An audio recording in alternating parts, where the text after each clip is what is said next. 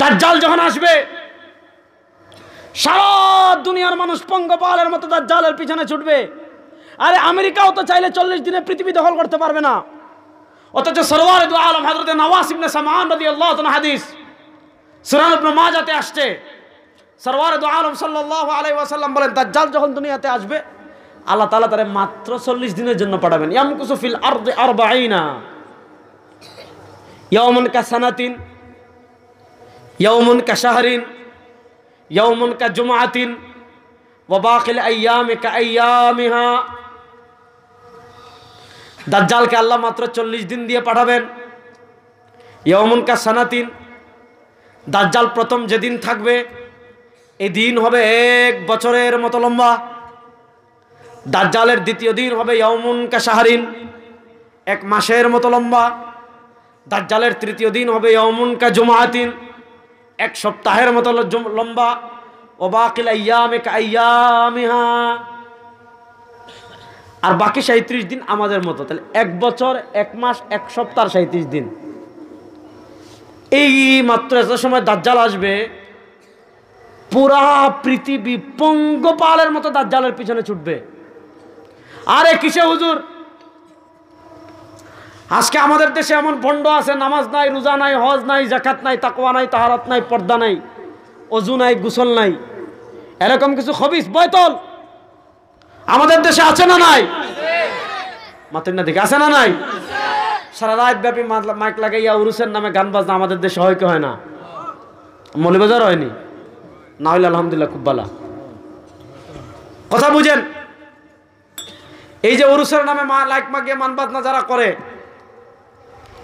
যারা মারেফতের নামে শরীয়ত বিরোধী কাজ করে, দেখবেন মানুষ এদেরকে টাকা দিচ্ছে, এদেরকে পয়সা দিচ্ছে। আপনি শাহজালালের মাজারের সামনে যে বন্ডগুলো থাকে, যে খবিস খান্নাসগুলো থাকে, আপনি কে 5 দিন 1 মিনিট দাঁড়াইয়েন, দেখবেন BMW দৌড়াই আসছে, ল্যান্ড ক্রুজার নিয়ে আসছে, প্রাডো নিয়ে আসছে, মার্সিডিজ নিয়ে আসছে। আচ্ছা কি করতেছে? এরপরে হাদিয়া দেন। আপনি বলবেন ভাই এর নামাজ নাই, রোজা নাই, হজ নাই, তাকওয়া নাই, তাহারাত নাই, পর্দা নাই, খবিসের শরীর থেকে কুত্তার শরীরের গন্ধ আসতেছে, হেরে টাকা দেন কেন? কই বাবার কিছু থাকুক আর না থাকুক মারেফত আছে। আমাদের দেশে এটা চলে কি চলে না? তাহলে এবার বুঝেন, যে দেশের মানুষ এরকম বন্ডদের পিছনে পঙ্গপালের পিছনে ছুটে, দাজ্জাল যখন এসে তার কারিশমা দেখাবে, দাজ্জালের এক হাতে থাকবে জান্নাত আর এক হাতে জাহান্নাম। দাজ্জাল এক এলাকায় এমন ভাবে আসবে, অনেক দিন ধরে এই এলাকায় বৃষ্টি নাই, অনেক দিন ধরে এই এলাকায় বৃষ্টি নাই, গাছের পাতা পড়ে গেছে, পুকুর শুকাই গেছে, টিউবওয়েলে পানি নাই, মোটরে পানি নাই, ঘাস মরে মরুভূমি হয়ে গেছে, মানুষ পানির জন্য হাহাকার করতেছে, বৃষ্টিও নাই, পানিও নাই, বৃষ্টিও নাই, পানিও নাই। এমন সময় ওই এলাকায় দাজ্জাল আসবে, হাদিস বলছি, হাদিস দাজ্জাল এসে বলবে আমার নেতা মানো। এটা বলে কি করবে? ফাতামুরুস সামা আন তুমতিরা ফাতুমতির, ইবনে মাজার হাদিস। ফাতামুরুস সামা আন তুমতিরা ফাতুমতির ওয়া তা'মুরুল আরদা আন তুমবিতা ফাতুমবিত। দাজ্জাল ওই এলাকায় চেয়ারে বসে বলবে আচ্ছা তোমাদের সমস্যা কি? বলে বস নেতা বৃষ্টি হয় না। দাজ্জাল আসমানকে বলবে ফাতামুরুস সামা আন তুমতিরা ফাতুমতির। দাজ্জাল আসমানকে বলবে আসমান বৃষ্টি দাও, ঝরঝরে বৃষ্টি শুরু হবে। দাজ্জাল জমিনকে বলবে ওয়া তা'মুরুল আরদা আন তুমবিতা ফাতুমবিত। দাজ্জাল জমিনকে বলবে জমিন ফসলে ভরে যাও। দাজ্জাল জমিনকে ফসলে ভরে যাওয়ার নির্দেশ দিতে দেরি, জমিন ফসলে ভরে যেতে দেরি হবে না।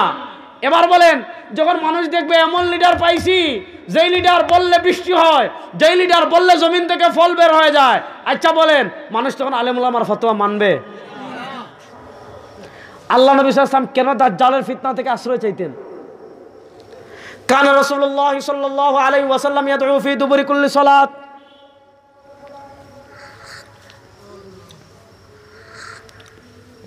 আল্লাহ নবী সাল্লাল্লাহু আলাইহি ওয়াসাল্লাম প্রত্যেক নামাজে আল্লাহর কাছে দোয়া করতেন। আল্লাহুম্মা ইন্নী আউযু বিকা মিন ফিতনাতিল মাহইয়া ওয়াল মামাত ওয়া আউযু বিকা মিন ফিতনাতিল মাসীহিদ দাজ্জাল।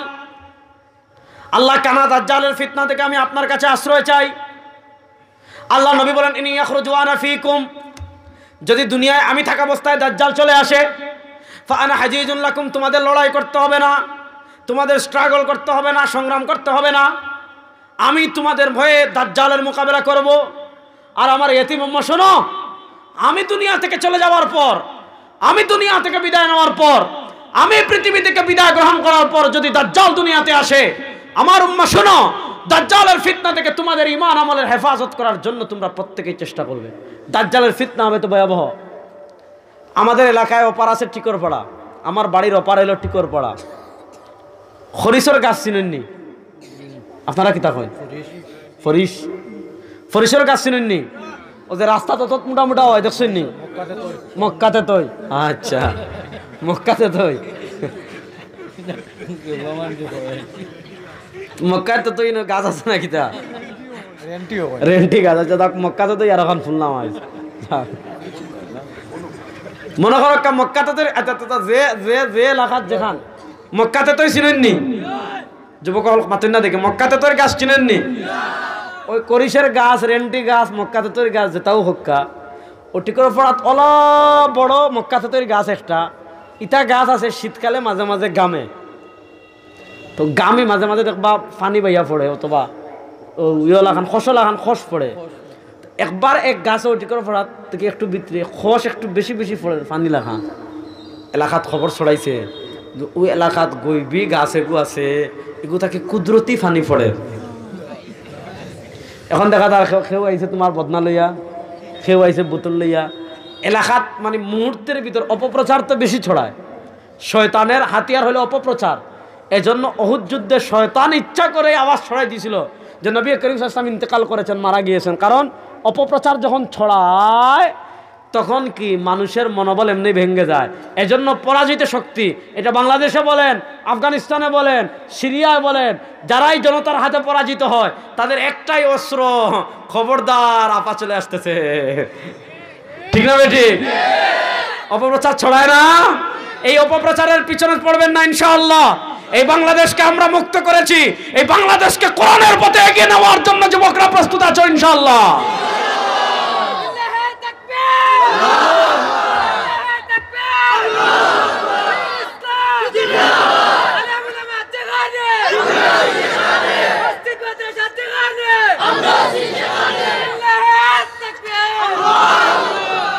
এখন এলাকাত খবর পাচ্ছে যে অন্য গাইবি গাছ এগুতাকে যে পানি পড়ে রি ফাড় পানি নিলে বেমার ভালো হয়ে যাব। এখন কেউ ডিম নিয়া, কেউ বদনা নিয়া, কেউ ছাগল নিয়া, কেউ আলু নিয়া, কেউ চাউল নিয়া, কেউ ডাল নিয়া, দেখা যায় 2 দিনের ভিতরে ইনা জমজমাট হয়ে গেছে। বেটা কিতা করলো দেখলো আমার গোর বাড়ি মানুষে ভাঙি লিল্লা, 2 দিন বাদে গুছা করে বেটা গাছ কাটি দিচ্ছে। এ তো আমাদের দেশের, আরে আমাদের দেশের মানুষের অবস্থা কি জানেন আপনি? আমি আসেন দাজ্জালের ফিতনা লই আমি বলি, চট্টগ্রামে এক পাহাড়ের উপর একটা আস্তানা আছে, এটা হলো বায়েজিদ বুস্তামির আস্তানা। আমার নিজের চোখের দেখা ঘটনা বলতেছি। বায়েজিদ বুস্তামি নামে দুনিয়াতে কোনো বুজুর্গই ছিলেন না, এক আল্লাহর ওলি ছিলেন, তার নাম হলো আবু ইয়াজিদ আল বিস্তামি। ওই আল্লাহর ওলি আবু ইয়াজিদ বিস্তামি, যারে আমরা বায়েজিদ বুস্তামি বলি, উনি জীবনেই বাংলাদেশে আসেন নাই, জীবনেই না। আচ্ছা বলেন, যিনি জীবনে বাংলাদেশে আসেনই নাই তার আস্তানা কি বাংলাদেশে হওয়া সম্ভব? সম্ভব না। ওই পাহাড়ের উপর আস্তানা বানাইছে। আস্তানা ছোট্ট পুকুরের মতো আছে। কচ্ছপ ছিলেননি? কচ্ছপ, কচ্ছপটা আমরা সিলেট কিতা হন খাটুয়া। আমি তো আবার 17-18 বছর ধরে ছোট থাকতে তো বাড়া খাটুয়া। জি জি, খাটুয়া তো আমি সিনিয়র।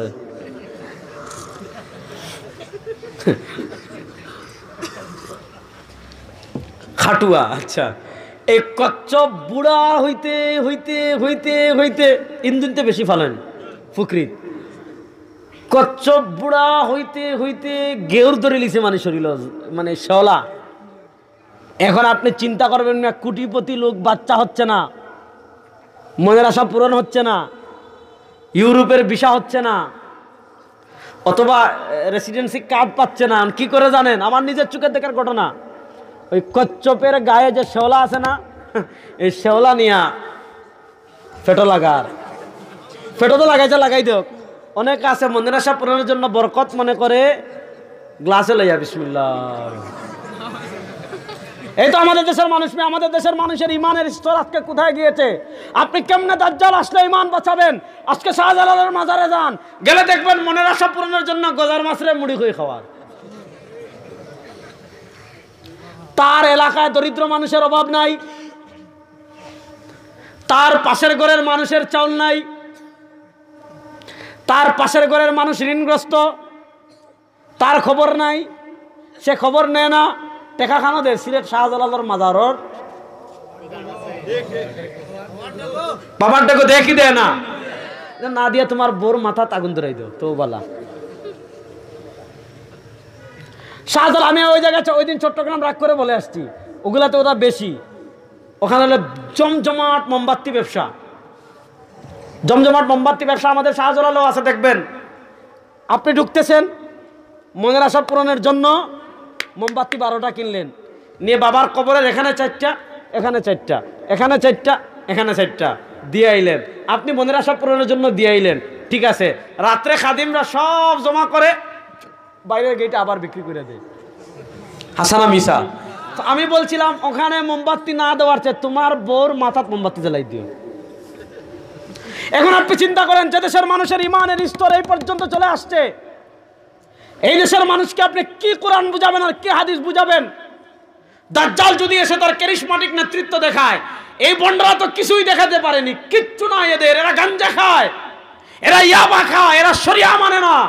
এই বন্ডদের পিছনে যদি মানুষ দলে দলে খুঁজে, তাহলে দাজ্জাল যখন তার ক্যারিসমাটিক নেতৃত্ব দেখাবে, জীবিত মানুষ হত্যা করে আবার জীবিত করবে, বৃষ্টি দিবে, ফল দিবে, আপনার যা চাইবেন তা দিবে, মানুষ তার পিছনে ছুটবে কি ছুটবে না? এবার বলেন, দাজ্জালের ফিতনা থেকে আমরা বাঁচতে চাই কি চাই না?